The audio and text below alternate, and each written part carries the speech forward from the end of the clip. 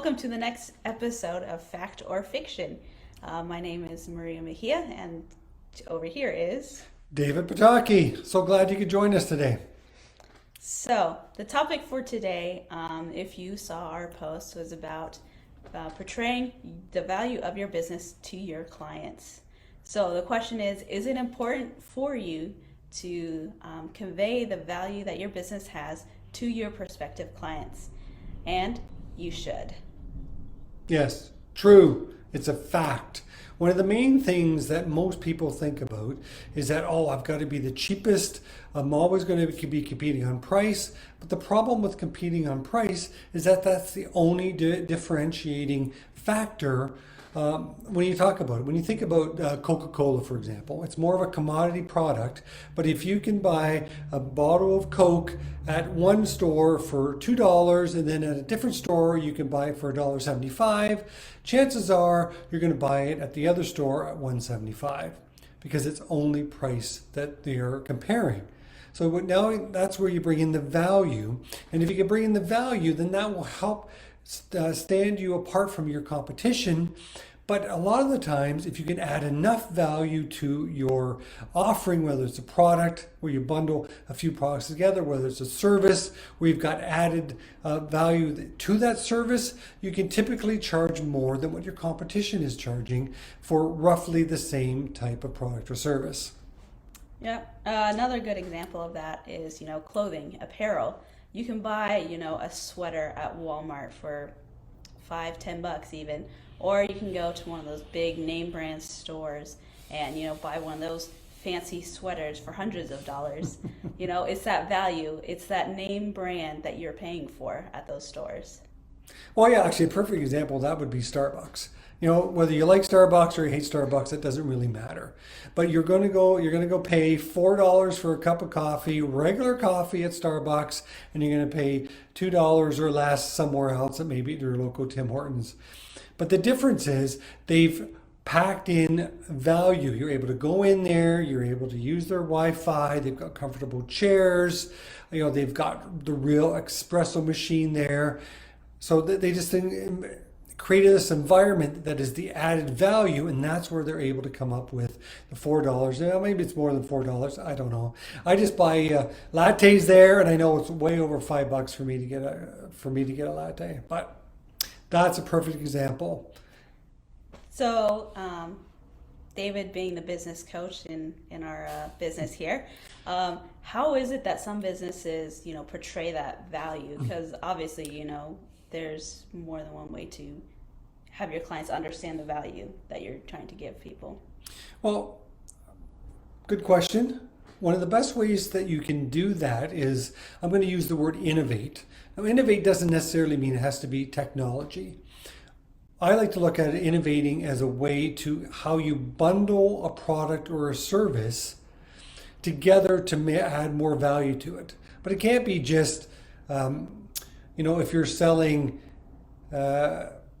lawn signs over there, you can't decide to throw in bracelets as added value, because the person that wants to buy a sign is not typically interested in buying a bracelet. They don't really go together. So they have to be something. And just think of McDonald's, for example.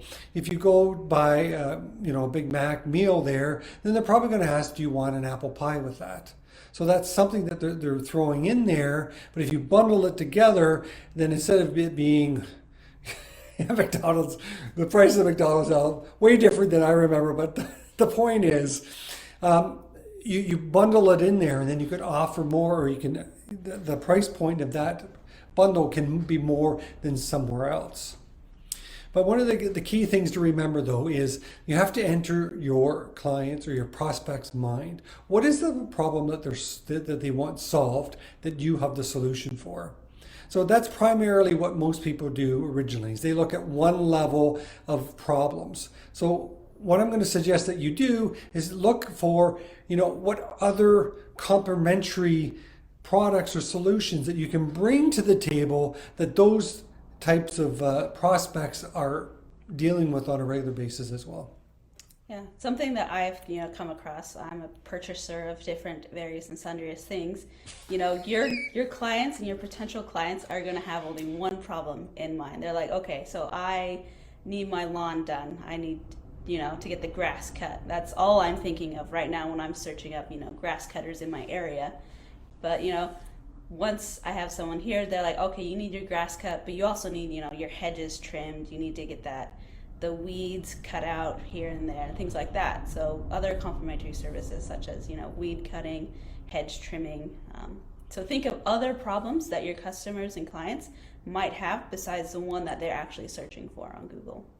And a great way to do that as well is it's not something you necessarily have to perform yourself. To use Maria's example of lawn cutting with the hedge trimming and so on, that can be done by a landscaper. But what you could do is set up a joint venture with a window cleaner, and then you can bundle that in. So normally you might charge $150 a week to cut the grass twice a week or whatever it is, but you say, you know what, for $200 we will cut your grass and we will wash your windows once a month, or something to that effect. And then you have an arrangement with the window cleaner that they're compensated fairly as well. And then that immediately creates a referral system for both yourself and the window cleaner. Yeah, it's what we call a joint venture. You're partnering with another business to help both of your business grow and to find new clients and new areas to work in. Well, Maria, and is that when we were creating your financial success matrix, did we apply that to it? Yep, we definitely did. We even have it in our sales pitch, our elevator pitch. So our elevator pitch, when someone comes up to us and asks, hey, what is it that you do?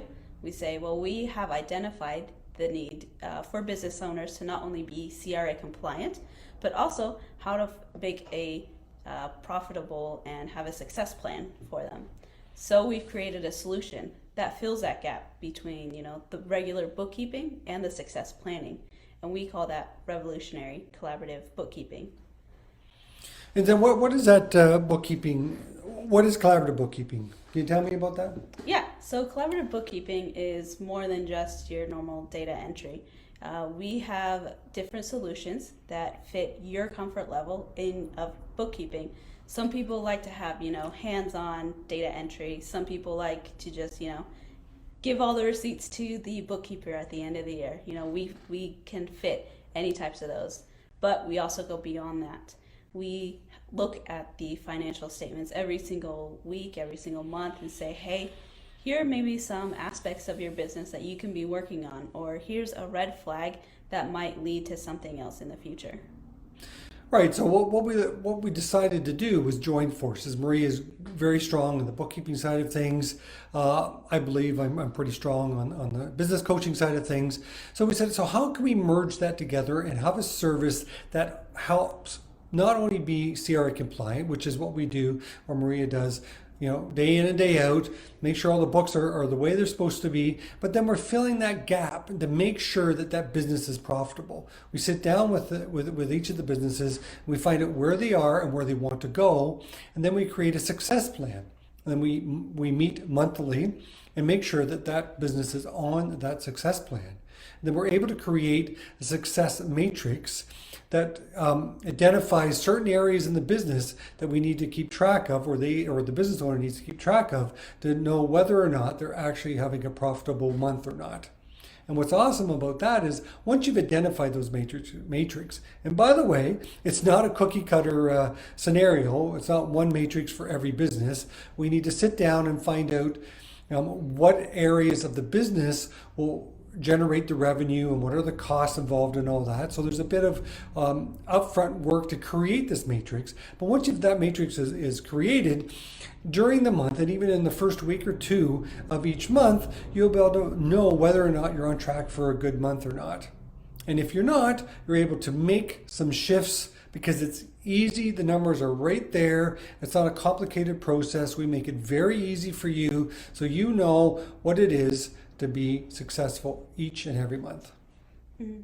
And the matrix includes multiple aspects of your business. It's not just what's your profit, what's your expenses, but it includes like what is the value that you are showing to your clients. How is your business working internally if you have employees or subcontractors? How's the cash flow? How's the inventory flow and things like that. So it's more than just numbers. It's the actual people and the actual business itself that's being worked on. Absolutely. So the bottom line, the question is it important to convey value to your target market that your business offers? And yes, the answer is a resounding fact, because you don't want to fall into that commodity game.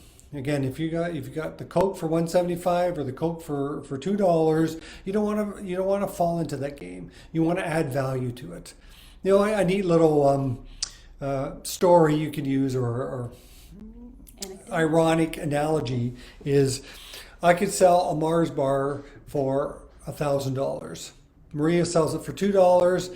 I say, well, if you buy this Mars bar for $1,000, I'm going to give you get a ticket for two to Cancun for a week. You're selling the Mars bar, but you're actually getting the trip to Cancun on top of that. So that's kind of an ironic way of looking at how do you add value to it. Mm-hmm. For sure. So which Mars bar are you going to buy? Mine or hers? Mine is cheaper. But David conveyed his his value. You get that value of a vacation, and you convey it to your prospect, a free vacation, if they buy this $200 Mars bar. $1,000 Mars bar. $1,000. I'm making it more than what it needs to be, apparently. So, it works. Absolutely. Right. And if you have any questions, either for, here, post it below and we will answer it in the feed. Or if you have questions that you want answered live on our next one, please indicate that in the message as well. And this is a weekly event. Thursdays, 1 p.m. We will send out the Fact or Fiction on Monday for everyone to think about. And if you want to put questions in at that point that you want answered, or you can, like I said, you can put it live while we're doing it live. Yep, we are excited to hear from you, from everyone out there. Just throw out any questions that you have, and we will answer them. So hope you all have the good rest of the day and good rest of the week. The few days that are left. Right, so if you can like or share, that would be or like and share, both would be fantastic. We appreciate your time. Until next time. Bye.